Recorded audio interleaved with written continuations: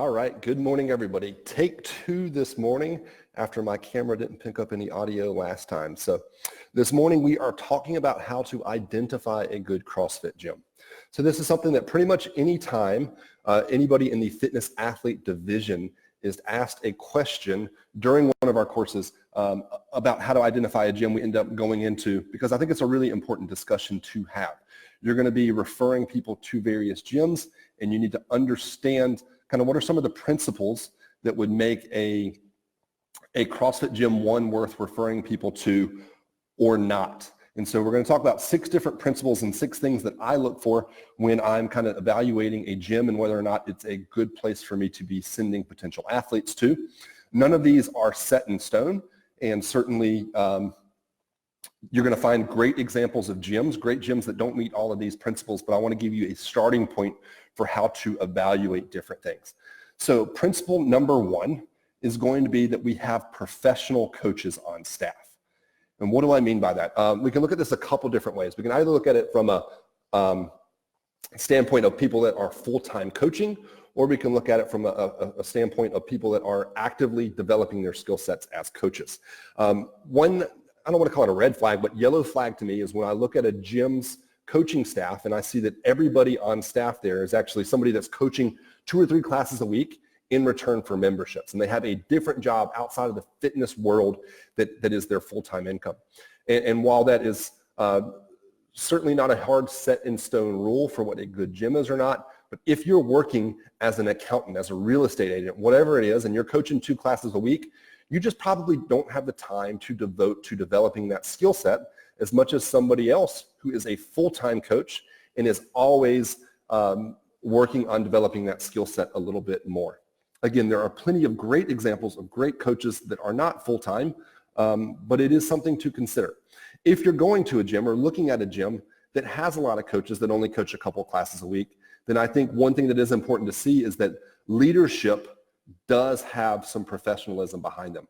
That head coach or that owner is going to various continuing education courses to try to improve his or her skill set, and it is then passing that information along to the other coaches inside of the gym. But somewhere on staff, I want to see true development of coaching happening there. So professional coaching, I think, is incredibly important. The second thing I look at when evaluating a gym is what does their programming look like? I see a lot of CrossFit gyms that from a programming perspective make things a little bit difficult. So I want to look for, number 1, redundancy in programming. Am I always seeing a gym that does the same things over and over? Do they overtrain movement patterns, for example?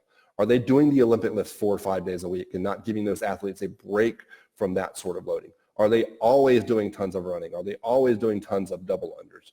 Look for redundancy in the programming. I like to look at the intensity of it. Do they always have individuals work up to a heavy 3-rep max or heavy 5-rep max or heavy singles? Or do they sometimes program having individuals work at 70 to 85% of their 1-rep max and get more volume on the strength days? And then finally, when I look at the entire hour that a gym has programmed, do they leave room in their programming for actual coaching to happen? So a lot of gyms have gotten kind of sucked into this mentality of we need to crush our members, we need to put as much loading and volume in the hour as we possibly can. And what you'll end up seeing is in the course of that hour, the coach's job is just to herd these athletes from segment to segment of this workout. And there's no time built in for the coaches to actually go through those movement patterns and work on improving how those athletes perform them. So I really, really, really think that is an important detail. Do the coaches have time to actually coach? Now, point number 3 is what do I see from a coaching perspective? When athletes walk into this gym, are they greeted with a smile? Are they greeted by name? Do those coaches remember personal factors about the athletes that are coming to them? I think that's incredibly important. I think maybe even more important is, are the coaches actually coaches or are they cheerleaders? So what you'll see in a lot of gyms is that the coaches just cheerlead people. So basically they're always saying, hey, Jimmy, great job. Keep it up. Hey, we got 1 more minute, guys. Let's crush it. That is 100% needed in a CrossFit workout, and we need coaches that are cheerleaders, but do they have the ability to not just cheerlead, but to coach? During the course of that 15-minute Metcon, are they walking around and watching every member move and then spending a little bit of time with each member, even during that fatigue state of a workout, saying, hey, Jimmy, you're cutting that overhead press a little bit short. Your depth is looking a little bit bad. Drive your knees out. Are they actually coaching during the course of the workout versus just cheerleading? That's an incredibly important one. Point number 4 that I like to see is, and this one is very much a gray area, and there are plenty of gyms that don't do this that are still great, but do they have some sort of on-ramp or onboarding process? So if I'm going to send an athlete to a gym that's maybe never worked out CrossFit before, never touched a barbell before, do they have some way that they can really work on introducing this individual to the movements, or are they going to immediately be thrown full steam into a class? I think a lot of gyms are offering on-ramp classes where they have different names for it, or offering personal training sessions initially to get people brought in. I like to see that, especially for people that I'm referring that don't have that background. Point number 5, cleanliness. So is the gym well kept? So a lot of times you'll see gyms that are really disorganized. It's basically a storage depot for the gym owners' extra stuff that they don't have room in their garage for. The bathrooms are dirty, etc. I want to see a well-organized gym that's regularly cleaned up and taken care of. I know I've been to some really dirty gyms that had amazing coaching. So again, this is one of those kind of yellow lights, not a red light for sure, but I do like to see cleanliness in a gym. I think that's a sign of a different level of a gym.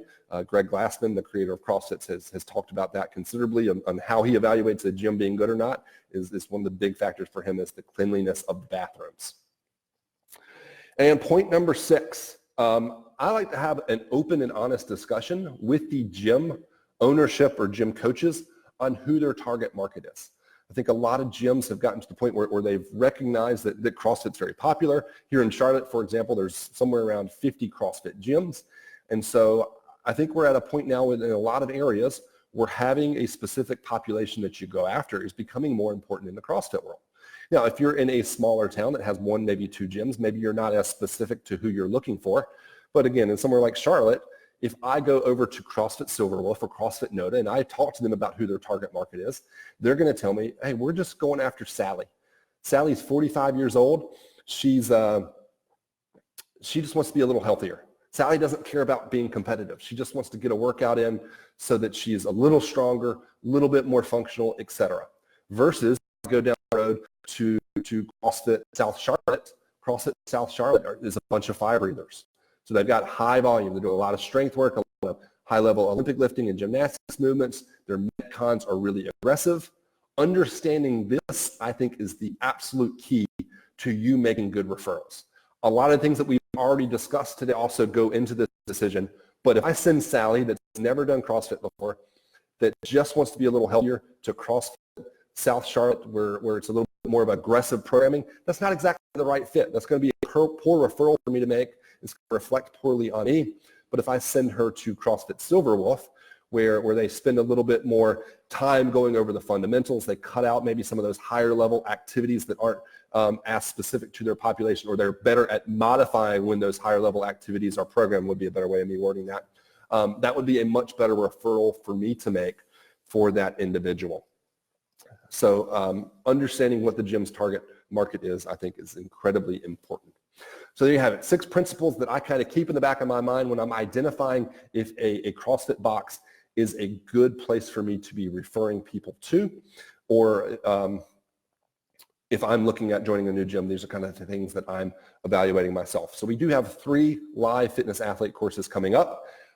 First one that we have coming up is going to be in Pennsylvania. I'll be teaching September 7th and 8th there. Then September 21st, Mitch and Alan are teaching at CrossFit Fitton in Michigan. And then November 9th and 10th, I will be in Los Angeles, California, teaching out there. So I hope to see you at a live course in the future. Hope you have a great weekend.